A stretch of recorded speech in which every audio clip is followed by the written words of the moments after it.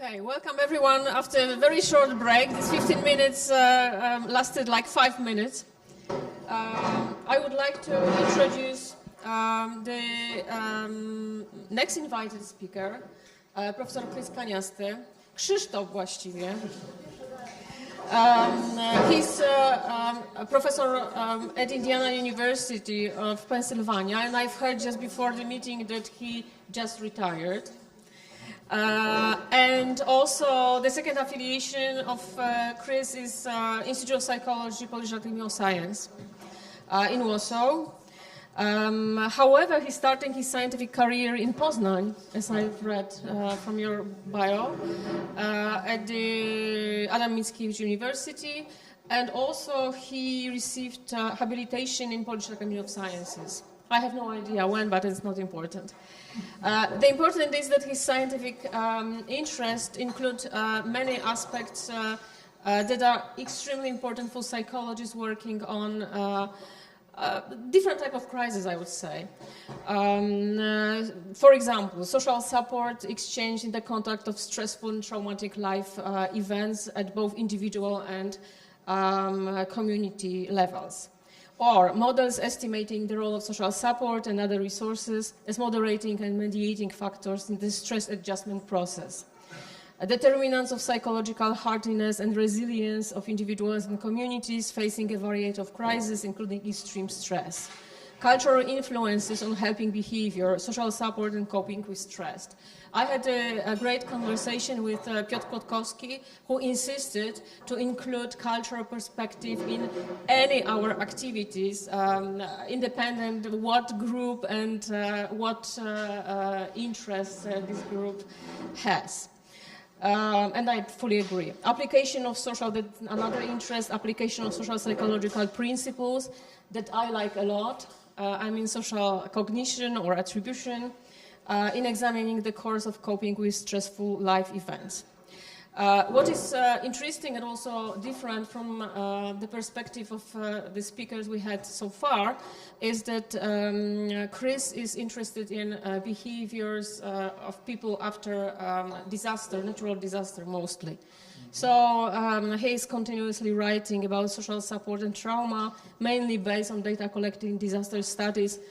He collaborated with other researchers. For example, there was prospective study of older adults exposed to flood in southern Kentucky, longitudinal studies of hurricanes Hugo, Andrew, Paulina, and the large free wave investigation of 1997 floods in Poland. So that was a slightly different perspective that we had so far, but extremely important. And also I see a lot of common points. Thank you.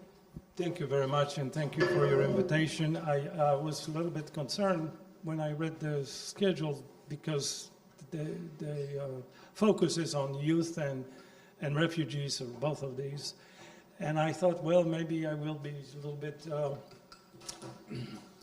outstanding in a way, not great, but in a way of being to the side. But now when I listen to your wonderful panels this morning and the one that you just finished, I think that we will find a lot of common points between what we do with disaster research or so-called natural disaster research and other critical life events, usually collective life events. So actually I feel pretty empowered because of your very eloquent and insightful comments that you presented today.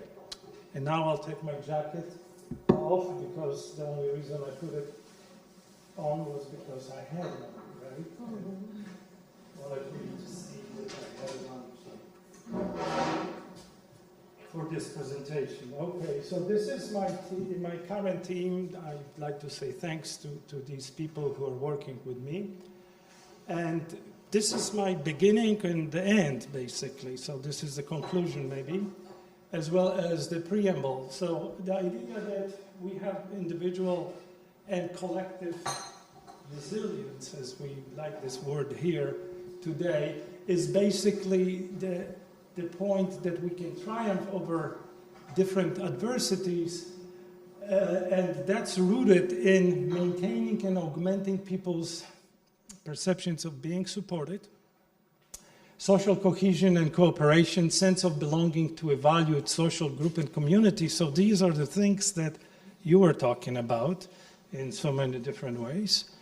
As well as I recently also want to make sure that I talk about preservation of beliefs and ability to cope effectively or efficiently. And that is something that many of you also mentioned, and you use the word agency a lot today. So my first part of the larger part of this talk will be about social support. So why social support matters? Well, matters because actually, as you all know, it is the greatest predictor of psychological well-being and physical health. So if you look at these different risk factors that we have associated with earlier mortality, you will notice with this wonderful study that social relationships of different kinds are the most important, or lack of the social relationships and cohesion and sense of community is the greatest risk factor for physical health issues and early mortality and mental health. So this is something that we don't necessarily appreciate, and if you ask people about what's important for their health, they will probably not mention that. But as psychologists, most of us probably have that sense of realization. In the sphere of my work on traumatic stress, that's basically stress following different type of catastrophes and disaster, lack of social support is the greatest single or second, depending on the meta-analysis you look at, risk factor for long-term PTSD.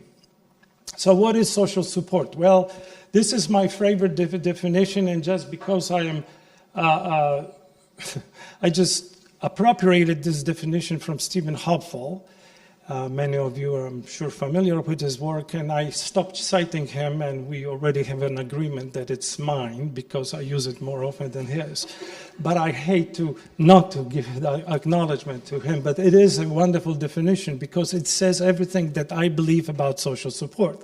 So it is these are social interactions that provide individuals with actual assistance, embed them in a web of social relationships perceived to be loving, caring, and readily available in times of need. And as you can see, this definition nicely trichotomizes this construct, very much of an umbrella concept, very, very complex and much larger than this, but it nicely divides this into receive social support, perceive social support, and social embeddedness. And again, these are the things that you were referring to. When you give help to others, that's the receive social support. So when you ask people in general, most people will say, yeah, social support is getting help from others. And that's how most of us think of it as human beings. But as psychologists and researchers, fortunately or maybe not, we think of perceived social support, which is a very different sphere or domain, because it is actually a cognitive appraisal of feeling that you're reliably connected to others. So it has very little to do, or not that much to do, with actual support received. And then social embeddedness is basically belonging, sense of identity to certain groups and sense of companionship with these groups. So in a nutshell, receive social support is helping behavior that did happen. It already did, so it's a past orientation. Perceived social support is helping behavior that might happen. It's a future orientation, and social embeddedness is basically everybody who did or are actually currently are providing you with some supportive acts. So when we talk about disasters, and now general disaster, and now I'm thinking also about the crisis with refugees and all the other issues that you mentioned today, I think that oftentimes we are faced with something that could be perceived as a paradox, because on one hand, you have that sense of mobilization, and you were talking about the help that Polish people and other people in Europe were providing Ukrainian refugees. And anytime you open a TV, on a news station like today, this morning in Peru, another earthquake. So what we have is instantaneous helping behavior that emerges immediately after disaster, but something also will be happening, and it's not always certain how soon or how late.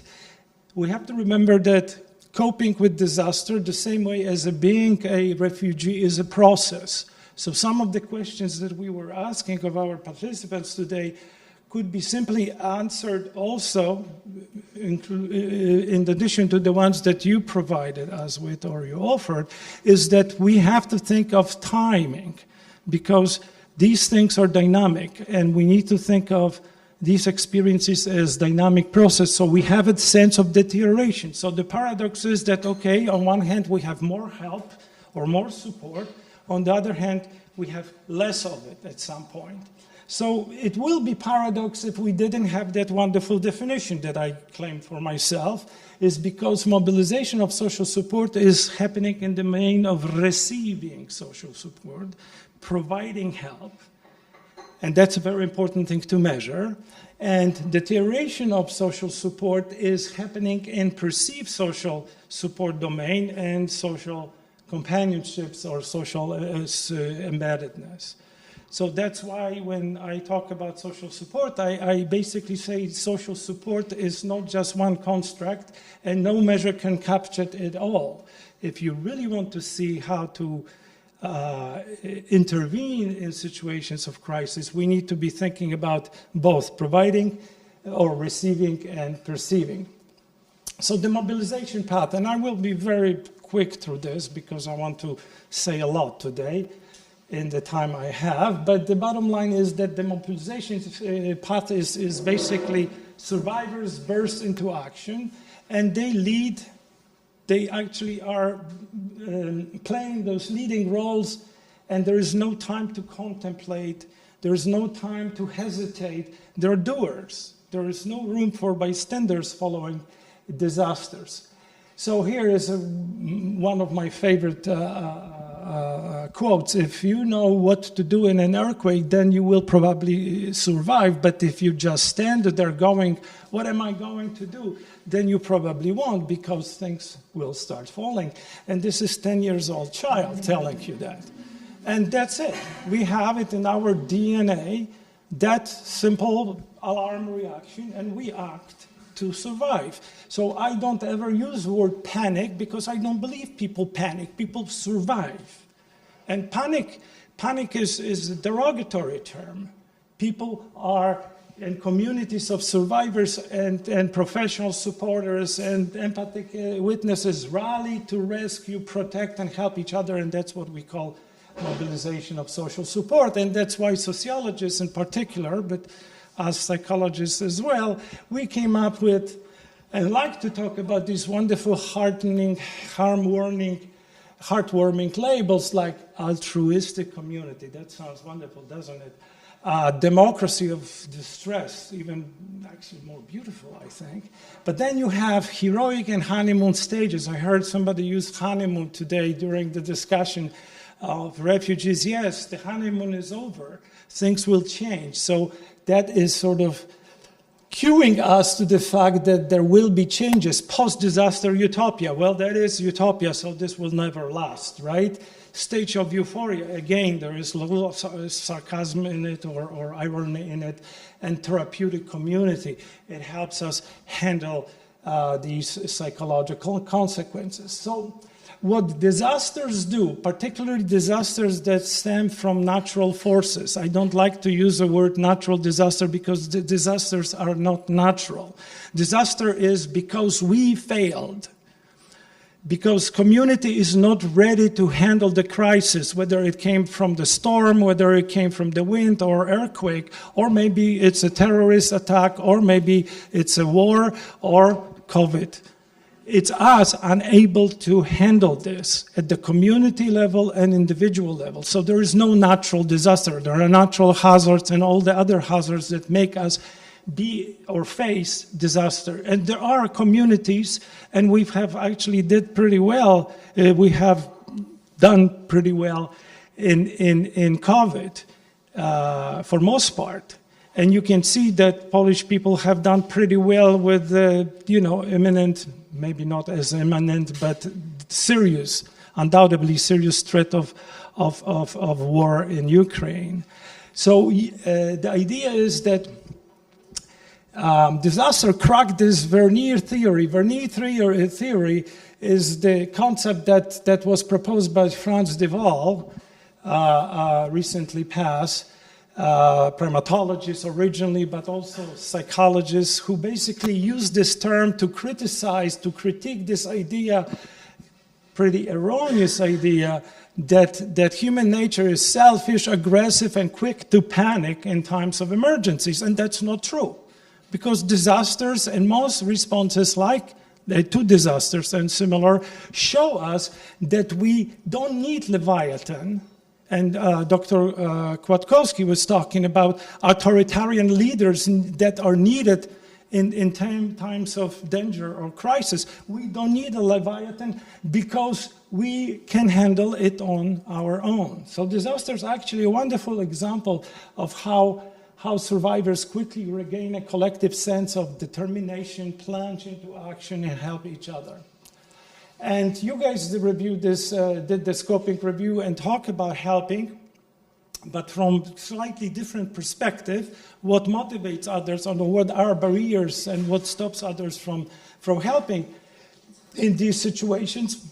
And this is very important paper because you talk about all these determinants for the observers, for the bystanders, which may be a little bit different and is a little bit different when you're actually looking at the survivors.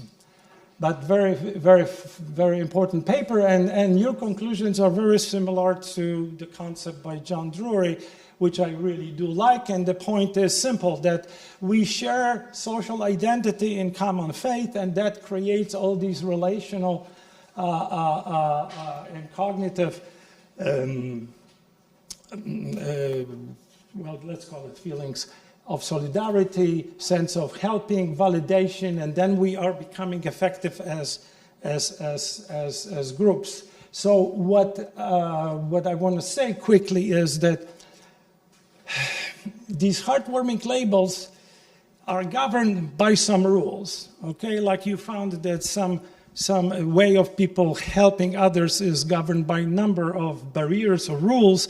We find the same way as the solidarity or altruism is governed by rules in that context. And one of them is most obvious, is called relative needs. Those who need more will get more. And we have tons of evidence of different disasters, different crises, and across the entire world. Like you mentioned, some of the studies that I participated in. And we found that mutual helping behavior is abundant immediately after disastrous event. But what's important for many of you, and I like the mixture of the people here who are researchers, scholars, as well as scholars and practitioners. So we have the nice mixture of people who care to do interventions. For us researchers, whether we can translate our findings into some form of intervention or practical application is most rewarding. And for you practitioners, knowing that your intuitions or your experience is validated by empirical research is extremely important. So what is important for me when I talk about that is that we need to realize that survivors do not equally are involved in these altruistic communities. And again, it's not surprise, but it's something that we cannot forget. Unfortunately, we cannot escape the pre-existing societal conditions of exclusion and inclusion. And actually, these altruistic communities are governed by most egalitarian way. So what happens is that these romanticized accounts that we talk about, these wonderful communities, we do have to recognize that participation in these groups will be determined by social status, by gender, by ethnicity, and all these other factors that will prevent many survivors from actually getting that assistance or being involved in these altruistic communities. Another thing that is important in this case is the idea of resource mobilization is determined by relative advantage. There will be some people who have more advantage or less advantage in receiving support. So, for example, in Hurricane Hugo, we found that Black Americans were receiving much less help given the same amount of losses than white Americans. We found the same thing in Poland, and this was with education. So more years of education, more help received, and fewer years of education, less help received, given the same extent of losses. This is also true about age. We talk about young people being vulnerable, but remember, young people are getting everything more than the older people. And most studies will show you that young people actually are receiving better support than older people. Not that older people actually need it, which is another story, because oftentimes we assume that they are at greater need while they're not, and they should be recruited to helping, and this is also important. So why social support mobilization is important? Well, obviously it helps people live or adapt better or become resilient, right? As the word that we use here often. And how do we empirically assess that? You know, resilience is not a concept that you can measure, okay? I hope no one trusts any of the resilience scales as actual resilience concept. It's a nice label, it's a nice, set of items, but resilience is much more complex than just bouncing back. What I think is most important about received social support is it protects perceived social support. So the mobilization path that we observe often is not directly acting on mental health, for example, distress and so forth, but it's directly acting on preserving or maintaining perceived social support. And that's important because most cases, and even today in your discussions concerning refugees and young people, you were talking about deterioration. In my words, right? In my vocabulary. You were talking about that at some point we have to realize, or they have to realize, that the resources are going to be less and less. Either they will be depleted, or they will be not available, or people will not be willing to provide them. There are many reasons for those deterioration dynamics, as you will see in a minute. So after this mobilization, after this rise, there is the fall of utopia, and you will notice this in almost every study, qualitative study of disasters of any kind. They will be talking about, we became a community, we are losing it. I actually lost a lot of my friends, they're shifting away. So that's the dynamic process that goes after a while, especially after that initial emergency phase. So why deterioration? Well, there's many reasons, and again, I did a lot of work with my colleagues on each of those, so I'll just briefly say kind of obvious things. Disruption of social network through death, injury, and relocation. So when you think about disasters resulting from natural hazards, obviously we understand. People die, people have to relocate, and oftentimes, actually, in spite of the fact that we know about this for so many ages already, people are not relocated as units of communities. They're relocated haphazardly, which is basically another injury to people. So you were talking about homogeneous environments. They are very supportive, even if there is a risk, because I agree with you that there is always a risk. But again, if you think of it as a process, you probably want to be in the homogeneous environment as soon as you have to, remove yourself from the place. Injury, relocation, people will not come back. The next thing is need for actual support surpasses the availability. So what happens is, if you think about natural disasters, they do strike entire streets, entire neighborhoods, entire cities, half of the country. I studied a flood in Opole in 1997, and 1/3 of the Poland was flooded. So what does this mean? The people that I perceive to be available for help are not there for me because they're either victims themselves or they may be providing support to already others more close to them, geographically, functionally, genetically, and so forth. So we have to realize that there will be rational, veridical, sensible decline in these perceptions because there is not enough support to be provided.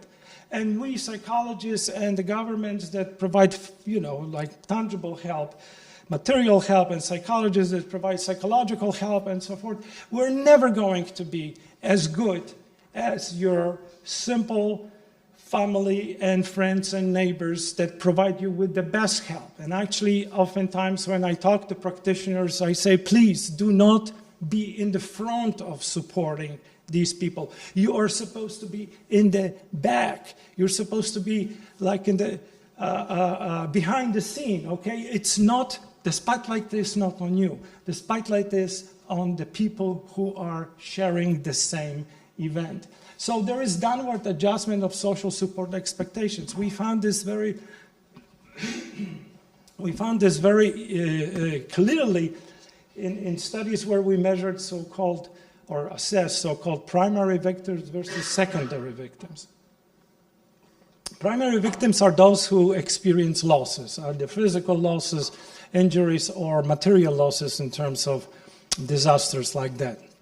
Secondary victims or survivors are people who live in the same neighborhood, but they don't have any damages, they don't have any losses. And there is a lot of situations like that where there's only hopefully fewer number of people who actually have severe losses, and then some people don't. But social support in our longitudinal studies declines for everybody.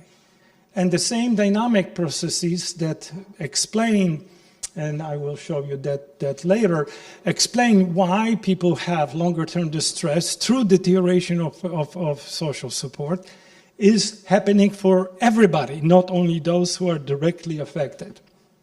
Then we have decline in levels of routine activities. Well, I love the discussion about attachment to places. You guys were talking really brilliantly about that because part of our social support is because of the places. It's the bowling alley, it's the churches, synagogues, it's, budka z piwem, okay?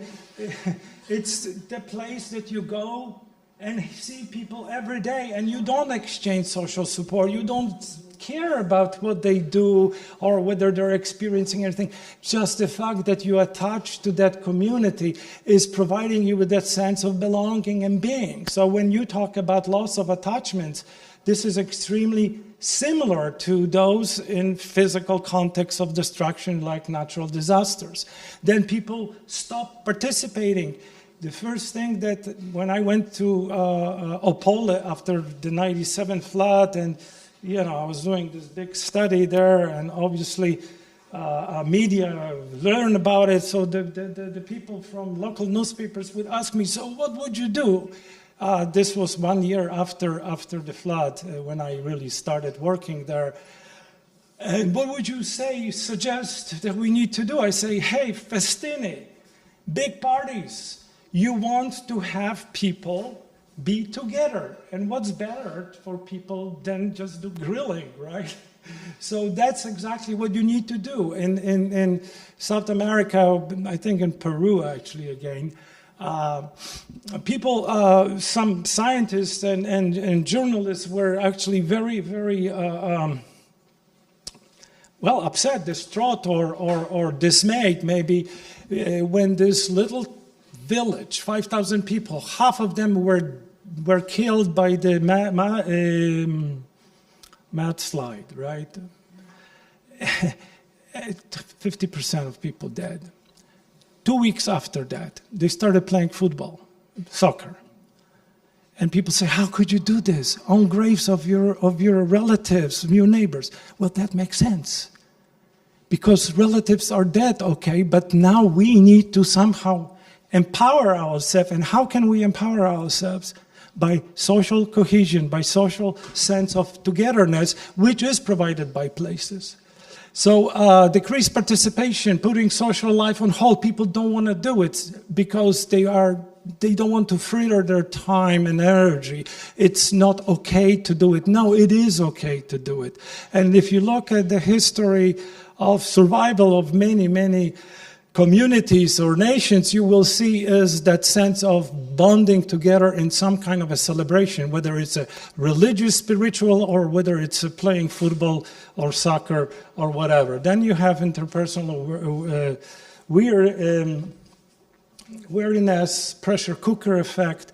That's what happens when people provide each other with support, and it backfires because they enter in this sense of this kind of a dynamic field of conflicting emotions, of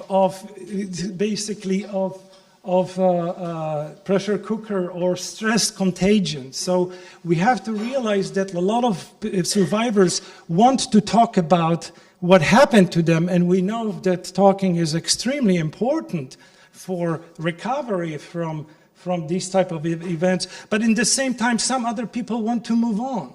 So you have people who will not want to listen, and they will build barriers, they will build walls around them not to. So you have that conflict. I want to talk, but I don't want to hear your story. And that happens a lot in these contexts. For example, after Loma Prieta, San Francisco earthquake 92 or 91, people were wearing T-shirts saying, "Thank you for not sharing your earthquake story with me." 3 weeks after it happened. And that is exactly what's happening in these cases. So, of course, some people will feel rejected, neglected, and so forth. And then, obviously, potential for interpersonal conflicts. And, we have the stress, we have PTSD, we have depression. Most people do very well, and they actually very quickly recover. I don't want to paint overly a negative picture because we actually are impressed how well people recover. 60%, 70% of people recover. But that's, again, a process. It doesn't happen immediately. I think Bonanno overused the concept of resilience by saying that this is those people who never have any psychological distress.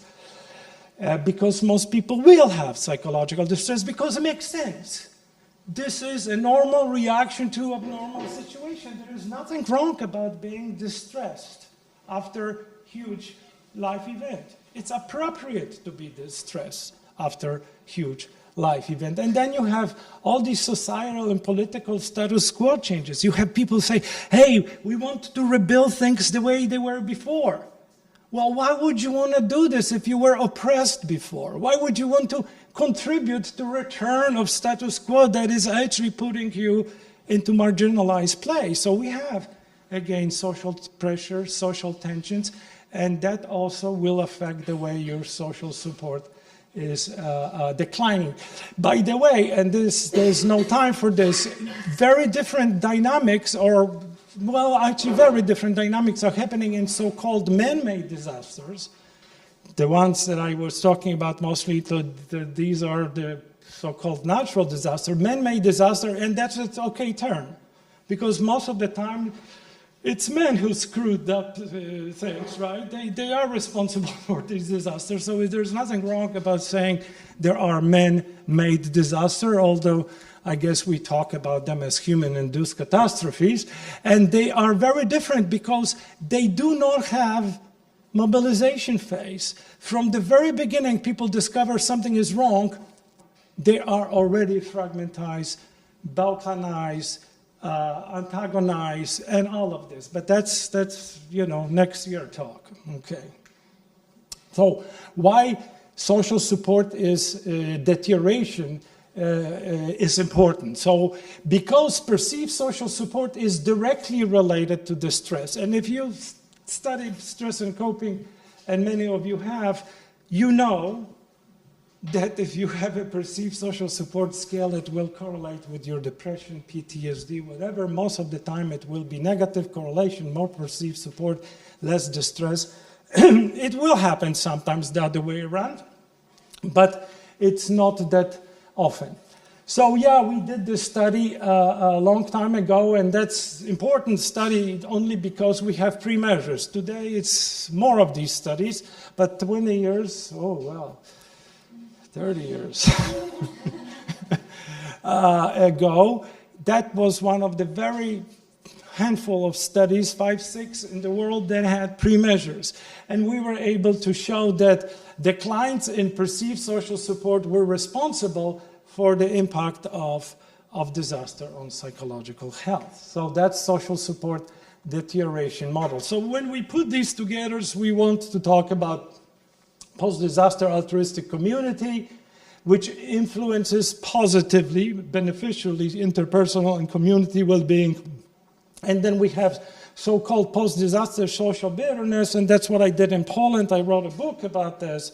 But basically what I measured there is aid dissatisfaction in spite of a lot of aid that was provided at that time, social constraints, which is that sense of negativity, that's the sense of not wanting to talk about it while I do want, and social disaffection, which is sort of like, now we are człowiek człowiekowi wilkiem, right? So that's basically, you know, yeah, we're, I forget the Latin phrase. Anybody remembers? Anyway, it's the idea of we are not cohesive group anymore. We don't have that sense of solidarity anymore that we had at the beginning. So we found that, for example, social bitterness is responsible for the lack of social cohesion, and that translates later into distress. And that is mainly among those people who were experiencing physical losses or tangible losses and so forth. So, putting these things together, mobilization and deterioration, we have something that we call social support deterioration deterrence model. And basically it shows that severity of exposure is mobilizing received social support, so we have more receiving. Then what we have is later, the same time probably not, but later, social support perceived is deteriorating, so we have that paradox. Now, what happens here is that received social support is protecting perceived social support, and we have evidence for that as well. And obviously, perceived social support is related to emotional distress or is protective. So that's what we have, and obviously we never have to, we can't forget the direct path, because not everything can be explained by these mediational models. So, a few words about current research or research of the last 3 years, COVID study in Poland. So Poland pandemic recognized in March, then the wave 1 was July 21, February 22, and August 22, so 16 months after the pandemic was recognized and 6 months between. And my N, after very, very conservative elimination of people who did not participate in all waves, or they were doing it too fast or with errors, we have 1,200 some people in this study. And, you know, COVID is an interesting concept because it's basically an umbrella stressor, or phenomenon actually, not a stressor, that embeds all possible classes of stressors. Because it is a traumatic event, it is a springboard for major life changes, right? It is creating daily hassles, all of you can relate to that, right? It is also macro-system stressor, economic issues, and divisive protests and violence and all of this at the community level. Then it generates overabundance of non-events, things that don't happen, right? It's like waiting for Godot. It doesn't happen twice. All these cancellation and all these postponements, and then obviously it became a chronic stressor. So what we did To make it very simple, we measured 3 ways COVID experience: through direct exposure, being sick or being infected, family being ill or maybe died, and so forth. And then we have all these stressors associated with these things that happen here, and we have COVID threats. In other words, worries, fears about stressors. So we wanted to stressors associated with COVID. We wanted to test the social deterioration deterrence model in COVID context. So we did find that COVID stressors, and right now I'm only talking about stressors, and this is probably where the findings are the best. Exposure and threats are slightly different. We did find mobilization. We did find deterioration, so it's the same thing as we've observed some other places. We obviously have protective assistance. We obviously have protective appraisal and direct effect. And the question is, and that's basically, I did not start with this, but this is a sort of my mission in research life is to show that social support received is supportive. I know it sounds like another paradox or sort of sounds suspect, but most of the time received social support doesn't produce positive effects. And everybody who is in the helping business, and many of you are, have that feeling that oftentimes your actual support that you provide others, actually do provide others, is not producing spectacular effects. Maybe it's not harming, but it's sometimes taking a long time or never for you to see the benefits of your work. So what happens is, to me, this is the most important path, because received social support in social support literature has a bad reputation. So what happens there? Boom. More received social support, more distress. And we do everything possible to control for all these different factors. This is a longitudinal study, and we find that still. So why? Well, because that's the way life is. In trauma studies, we routinely show a negative association between perceived social support and distress. And this is strong. This is very robust, and it is actually unusual not to register effects for the perceived social support. These reversals do exist. Mark found it. I found it too in some other places, but it's infrequent. Perceived social support works. What about received social support? Social support that is actual provision of help is less consistent than those in terms of research than in terms of studies that examine perceived social support, oftentimes reveals no effects or worse, documents positive association between receiving help and psychological help. So why received social support is not working? Well, there's a list of all these reasons for why. And indeed, the most obvious one is distress elicit providing and receiving social support. I mean, your symptoms of distress are a signal for your network to provide you with help. So there is this natural confound. I mean, it's a statistical confound and life confound. You cannot overcome it. It's just that way. But yes, some support can increase the stress, especially the one that's very visible and very, we'll talk about it in a second. It's a very direct, very managerial, based on your ideas of what's needed, not the ideas of the person who needs it. So there is this long list, and again, we don't have time to talk about all of this. Well, one of those is that we have too high perceived social support. When you look at the scales of all the studies of perceived social support, you will find that, you know, there is a ceiling effect. We all believe that we're loved. And if you don't believe you're loved, you have depression. That's basically what it is. So most of us actually do believe that we have tons of perceived social support, or we are going to have that perceived social support, or that perceived social support is going to materialize in times of needs. But the point is that when the need is needed, or the need is actually creating the need, or the event is creating the need, all our, or many of our social support providers are also in that need, especially in the context of collective events, which just happened to all of us. COVID, collective event. And then there's a lot of different things that I could talk about a lot, and I'll skip this. That what's important in research work on this is that we need to realize that we are not only to measure the quantity of social support received, which is what I have been doing for most of my career, we also need to be looking at the quality of received social support. So this is a wonderful paper. I suggest anybody in this field, get familiar if you haven't yet. It's the idea that social support or received social support effectiveness is a result of both quality and quantity. Quantity is pretty simple, matching by amount. You should be getting as much as you needed, not too much, not too little.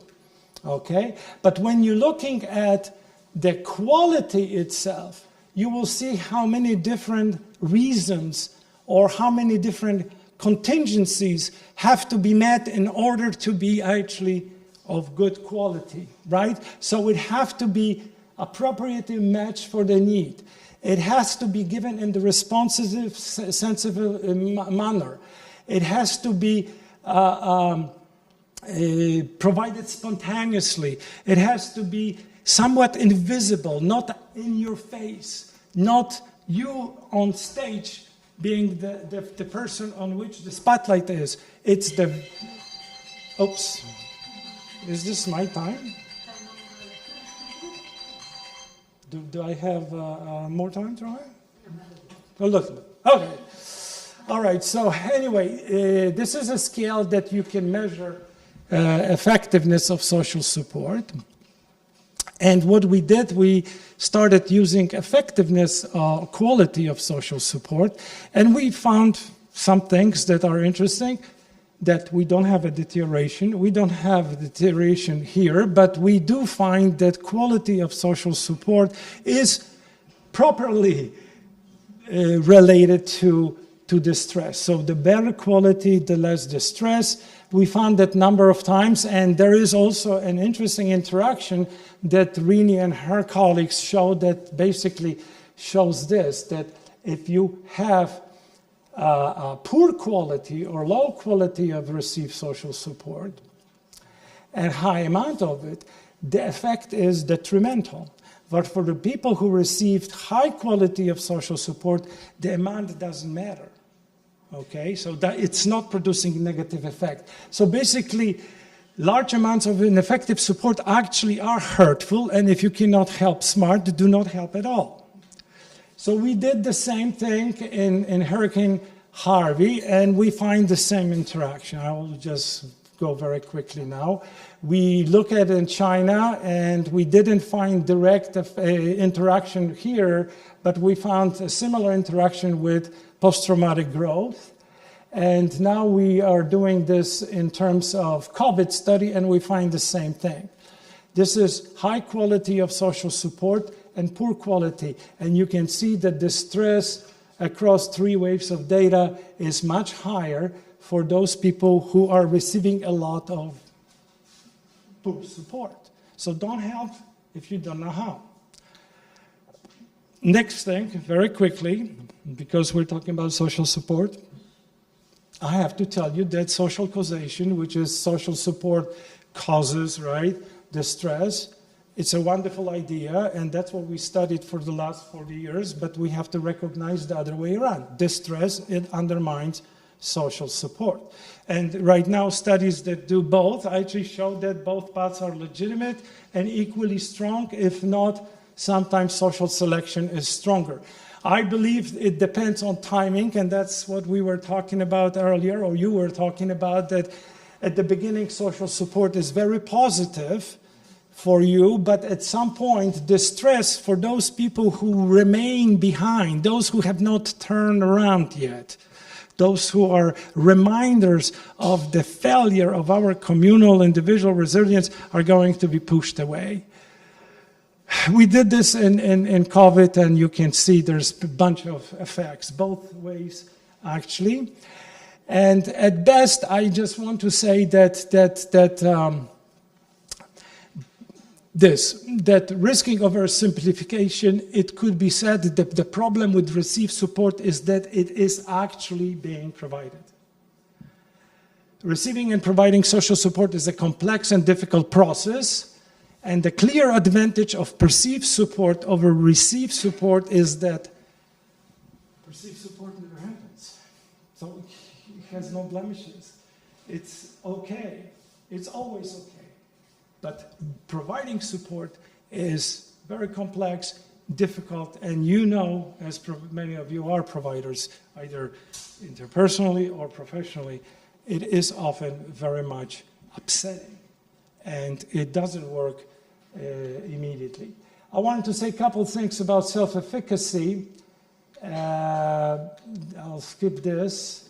I just want to show you that generally we look at coping self-efficacy, and we see that stressors undermine self-efficacy.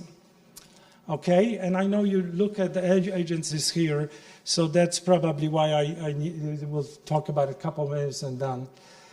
So usually what you see is that loss of resources or stressors undermine coping self-efficacy. The same thing happened in Poland with COVID. We found that self-efficacy was undermined by, or coping self-efficacy was undermined by COVID stressors. But we also measured something that I think is worth talking about quickly. It's the idea of... May I? Mm-hmm. Because now I look at our agenda, and I'm pretty sure that I made a mistake. And the panel, I was pretty worried that we need to start with the panel on time because there are some people waiting online, right? But I made a mistake. And basically you have a lot of time, according to my schedule. And I think that the panel should start 4:15. So if we... 4:15. So if you think that 15 minutes for coffee will be enough, so you have like around 5 more minutes. Yes. Okay. So okay, well, good. Thank you. So anyway, you know what coping efficacy is, right? Of course, right? So I'm going back. Just do it versus yes, yes I can, and we found that really what matters in coping with traumatic events is not how you actually cope, it is how you perceive your capability to cope. So you can cope very poorly, as long as you believe you're doing a good job is actually pretty much good. So I can skip this, but here it is. Most stressors undermine self-efficacy, but what we did in COVID study, we asked at the very end, at the third wave, about future coping efficacy. So the words, were like this. In the future, when faced with a difficult life circumstance, and this is explained here, how capable will you be to successfully deal with emotions, anxiety that you might experience at that time? In the future, when faced with a difficult life circumstance, how capable you will be to successfully manage distressing dreams, images, associated with these events and so forth. That's a classic coping self-efficacy scale oriented toward the future. And what we found is that coping self-efficacy was indeed with COVID, direct, specific to the COVID, was undermined. So more stressors, less coping self-efficacy. But what happened after we look at the stressors predicting future coping efficacy? So really we have evidence for what doesn't kill me makes me stronger, because what we have is that more stressors associated with the COVID were associated with greater sense of future coping efficacy. And we were talking about positive and negatives on all these different stressors that you were mentioning today. Yes, they do produce at the same time, depending how you measure this, both beneficial and detrimental effects. And what most important for me is that future coping efficacy is becoming a relatively strong predictor of psychological distress and well-being, controlling for prior symptoms, okay, for all these other things that are associated with the concept of agency, which means what? Sense of personal mastery, resilience, that's 2 items or whatever number of items that you want to use, optimism, future time perspective. In the same time, we control for traumatic life events the entire lifetime. We control for normative life events which happened in the last 6 months or so, along with the COVID, but not COVID related. And because we studied, we were conducting our study in February 22. Well, we also, in August 22, we also have a danger or sense of danger associated with the Russian war in Ukraine. So this is the last thing I want to say. The study was conducted, second wave was conducted in February 22, and 2 weeks later, Russians invaded, attacked Ukraine. So we wanted to take a look at how this war may be affecting or maybe reverberating beyond the borders of the country involved. So we have prospective studies because we measured before the war started, 2 weeks before the war started, psychological distress and psychological well-being in this group of Polish people. And we are going to make some predictions that Polish people reporting higher levels of sense of danger will have more symptoms. However, Polish people reporting high level of sense of country's mastery, and I heard that today in a number of presentations that you talked about communities mastery or community resilience or historical resilience. So this is again dovetailing with many of things that you notice in your practice or your research, that it's not just the individual agency, but the agency of your community or the unit that you identify with is extremely important. And obviously we need to control for sense of personal agency. So sense of danger was basically 6 items measuring to what extent have you felt that life of your family members and relatives were in danger because of the war in Ukraine, that existence of Poland was threatened because of the war, and so forth. Then sense of country's mastery, we adopted a scale that was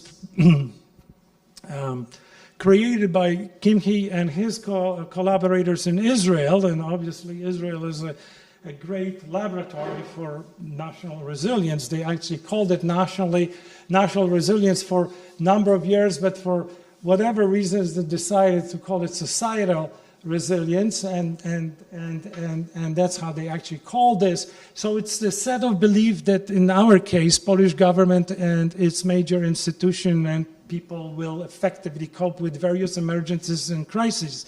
So this is a general sense of country's resilience or country's mastery. It's not about the war itself, it's about anything that could happen. In case of a crisis, Polish society would support decisions of our government. And there are 10 items like this, and then we have trust in major national institutions, and together 15 items create that scale. And then obviously we have personal mastery, which is the classic Perlin and Schuler scale.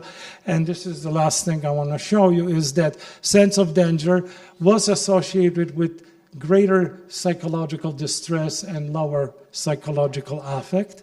And sense of country mastery were protective factor, so believing that my country can handle this crisis, or no, not this crisis, believing that my country can handle crises in general is protective, and obviously much stronger is sense of personal mastery.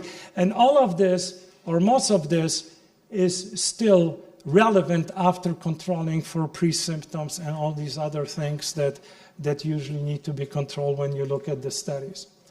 So we were talking about this historical perspective. Very interesting lecture we had about this. So basically, as it was said, that for Eastern Europeans, actually I should say for Central Europeans, phrases like this, Ukraine war is everybody's war. The phrases like this reverberate a visceral sense of threat and worry about the peace in this region and our own safety. And sense of country's mastery is actually extremely important, not more important than sense of personal agency, but it's important as well. And I think you tap on these things in your discussion. So this is my hallmark rhyming. When challenges loom large, guided by inner strength and little help from family or friend, we take charge and resilient we stand. Thank you very much.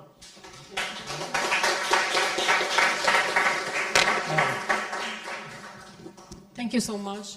It was extremely interesting, and I see a lot of connections with the work we are doing in our lab and also in the friendly lab. I have no idea what we'd like to do. Still, we have 25 minutes to the next panel. I know that it's late, so maybe that's a time for a longer break. But maybe somebody would like to just immediately comment or share. Oh no, I know that was. Okay. Can we agree that 15 minutes for a break will be enough, and you promise just to return from coffee exactly 4:15? Yes. Promise. Everybody, and we have streamed this promise. Okay, so Theo, Dominika, Eva, Erika.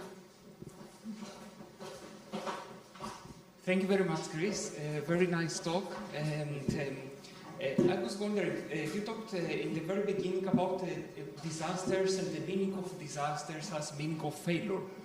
So disasters mean that we failed in the and then you talked about the mobilization and the deterioration path. And I was wondering whether these two paths constitute a kind of, let's say, the law of crisis. So we know that in the very beginning there is a positive, let's say, outcome of crisis incidents, but then all these positive aspects, let's say, decrease, and then there is a deterioration path. And I was wondering, from a policy-making perspective, do you think that societies, governments, institutions should focus more on developing transferability skills so that in the long term, probably societies or governments or political systems would be in a position to prevent the deterioration path, and we actually take lessons and take home messages, let's say, from the mobilization path. Because of course we know that every crisis raises different challenges, but at the same time every crisis has something in common to future crises. That's a very insightful comment. I believe that the best help that we can provide to people in crisis of any kind is the help that begins before the crisis starts. So what we have to be is proactive. We have to build strong communities. We need to build that sense of attachment to places, sense of attachments to people, that sense of communality or cohesion. And that way, these people, I do believe, with aid from external sources, governments and agencies of different sorts, they will provide each other with much help as they can. And obviously that's relative to the extent of losses and the scope of disasters. And that way we will sort of slow down that inevitable, because I think you agree with me that it is in some way inevitable process of deterioration. And the next step that I would suggest psychologists would be involved in, I mean, clinical psychologists may be very important at the emergency moment, but please don't take your couches, foldable couches and chairs to disaster site and don't do therapy. They don't need it. They don't really need any therapy then. They need mobilization of social support and connections. Build these connections. And remember one thing, that this will not stop, that process will not stop or will not be resolved, when the cameras will move to some other place, right? It is taking months. So what I believe psychologists should be doing is to maintain their presence of organizers, animators of social life long after disaster strike, especially later, 6 months, 12 months, 18 months, depending what we're talking about, because people will get tired and they naturally will start withdrawing from their social relationships, because sleep will be more precious for them than hanging out and grilling sausages. But I do believe that hanging out and grilling sausages is much more important for their mental health, along with good sleep. So I think that's what we should be doing. Did I answer your question? Yes. Okay. And from this policy recommendations perspective, I really like the results that you have showed about received and perceived social support and the negative effects it actually can have, because this exactly demonstrates what a lot of volunteers were talking about during when all of this was happening at the very beginning, where we had volunteers who were getting lots of complaints 2 weeks after when they changed a policy that from before Ukrainian refugees were receiving already made sandwiches, and after 2 weeks I think they changed the policy in the main station in Krakow that they had to make their own sandwiches. It was like a whole riot. It was a big thing.